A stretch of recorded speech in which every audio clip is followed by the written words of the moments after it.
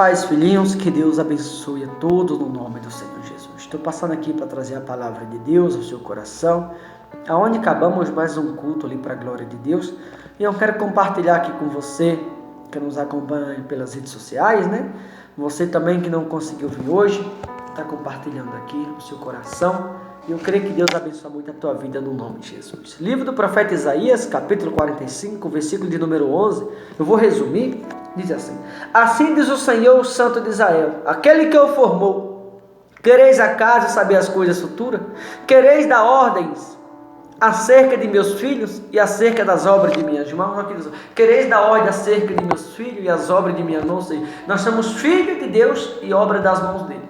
E como somos filhos de Deus e obra das mãos deles, significa que a gente não pode ser dominado pelos homens. Significa que a gente não pode viver submerso aos homens. Não pode que a gente não podemos viver debaixo de religião de homem, debaixo de doutrina de homem. Nós não podemos viver na prisão dos homens nem na prisão de Satanás. Ele deixou bem claro no versículo 11, né? Ele falou: quereis dar ordem acerca de meus filhos e acerca das obras de minhas mãos? Ou seja, se somos filhos dele e obra das mãos de Deus, é ele o dono da obra que tem propriedade sobre ela. É ele dono da obra que tem autonomia sobre ela. É ele dono da obra que tem o poder sobre ela. Eu preciso lhe perguntar: quem é que está tendo poder sobre a tua vida? Quem é que está tendo domínio sobre a tua vida? O teu pastor, o teu bispo? Quem é que está tendo poder sobre a sua vida? É o problema? Porque muita gente está sendo dominado pelo problema. Muita gente está sendo conduzido pelo problema. Mas se Deus é o dono da obra que é a nossa vida e somos conduzidos por Ele, obviamente Ele vai nos levar à vitória no nome de Jesus. Então não deixe de ser conduzido pelos homens. Não deixe de ser conduzido pelo problema. Não deixe de ser dominado pelas pessoas. Porque a tua vida não é objeto de escárnio. A tua vida não é propriedade de homem. A tua vida é propriedade de Deus. Porque você é obra das mãos dele. E como você é obra das mãos dele, ele tem autoridade, propriedade e autonomia sobre esta obra que é a sua vida. Tá bom, queridos? Então não aceite humilhação. Não aceite ser pisado. Não aceite viver em prisão, porque você é obra das mãos de Deus e Ele te fez para ser livre, não para você viver em prisão. O 12 ele diz: fiz a terra e criei nela o homem, e as minhas mãos estenderam os céus, e todos os seus exércitos dei as minhas ordens. Olha o que a Bíblia diz, né? Deixa bem claro no 11, que Ele criou a terra e nela o homem, e as mãos de Deus estendeu o céu. Às vezes a gente olha para o céu, as nuvens parecem estar passando, e a gente fala: as nuvens estão andando. Não, é Deus abrindo a porta da cortina para que a gente contemple a glória dele na nossa vida. Que as mãos dele estendeu o céu. O céu é uma cortina como um rolo de tecido. De vez em quando Deus desenrola. Quando Deus desenrola, um milagre na nossa vida acontece. Que a gente contempla a glória dele na nossa vida. Tá bom, queridos?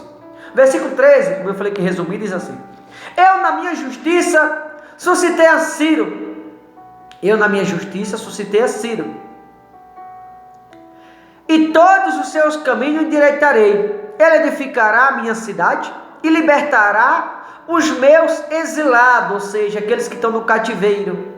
Não por preço, nem por presente, diz o Senhor dos Exércitos. Olha o que Deus disse, né? No versículo 12, ele disse, finalizou no versículo 12 dizendo: e a todo o seu exército dei as minhas ordens. Ele criou a terra, colocou o homem, criou o céu, e deu ordem ao exército do céu e ao exército da terra, para que todos vivam sobre a sua ordem, sobre a ordem de Deus, não é sobre a ordem do homem.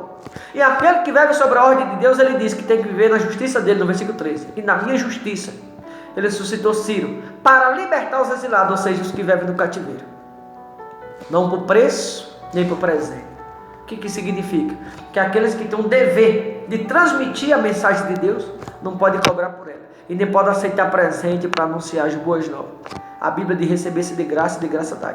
Aonde houver um lugar que um pregador cobre para pregar, não é Deus. Ele está te colocando numa prisão, você não está se dando conta. A Bíblia bem clara, deixou bem claro no final do versículo 13, ele falou: não por preço, nem por presente, diz o Senhor dos Exércitos. E no meio do versículo 13 ele fala que ele suscitou a Ciro para viver na ordem dele e para viver na justiça dele, para libertar seu povo, nem por preço, nem por justiça. Então, aquele que vive sobre a ordem de Deus, sobre a justiça de Deus, ele não precisa cobrar para pregar, porque o próprio Deus é quem supra as necessidades do mesmo. Ele não pode aceitar nada para pregar, porque ele recebeu de graça da parte do próprio Deus. Aliás, ele é um privilegiado. Então ele recebeu de graça tem que transmitir às pessoas também. Ele continua no 14. Assim diz o Senhor, a riqueza do Egito e as mercadorias da Etiópia, e os sabeus, homens de grande estatura, passarão ao teu poder e serão teus, e seguir-te-ão, irão em grilhões diante de ti, se prostrarão e te farão a sua súplica, dizendo: só contigo está Deus, e não há outro que seja Deus. Olha o que ele diz: que aqueles que vivem na obediência dele e na justiça dele, ele tira toda a riqueza dos inimigos, daqueles que te oprimem, daqueles que te colocam no cativeiro. Ele tira toda a riqueza desses inimigos, coloca nas tuas mãos. E aqueles mesmos inimigos que te oprimiam, vai se prostrar diante de você, vai se render, vai se humilhar e vai admitir que é na tua vida que Deus habita. É com você que Deus está. Não é com aqueles que te criticam, mas os que te criticam, Deus vai fazer se humilhar você, e eles verão Deus na tua vida. Eu vou para o 17 para finalizar. Israel, porém, será salvo pelo Senhor com salvação eterna. Israel somos nós do dia de hoje.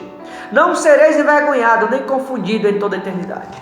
Olha o que a Bíblia diz: quem vive na obediência de Deus, como disse lá em cima no final do versículo 12, e no 13, na justiça de Deus, na obediência e na justiça de Deus, Israel será salvo com salvação eterna, diz no 17. Não sereis envergonhado nem confundido em toda a eternidade. Olha que linda a palavra de Deus. Israel, porém, será salvo pelo Senhor com salvação eterna. Deus está prometendo que aquele que viver na obediência dele, aquele que viver na justiça dele, será salvo por ele com salvação eterna. Não serão envergonhados jamais, porque todos verão a salvação dele na tua vida. Aquele que vive na obediência de Deus, na justiça de Deus, como você ouviu no versículo 12 e no 13, a Bíblia diz que Deus vai estabelecer na terra. A Bíblia diz que Deus vai formar na terra, que vai habitar na terra, vai crescer na terra, vai prosperar na terra e vai ser salvo na terra. E Deus vai tirar a riqueza dos inimigos, vai entregar nas tuas mãos, quando a gente viver na obediência dele e na justiça dele. A pergunta que eu te faço é: em qual justiça você tem vivido? A quem você tem obedecido? Quem tem tido poder sobre a tua vida? Porque quando a gente vive na obediência de Deus, na justiça de Deus, ele falou no versículo 13 aqui, que ele endireita todos os caminhos tortuosos. Por que às vezes algumas coisas dão errado na nossa vida? Parece que os caminhos estão tortos.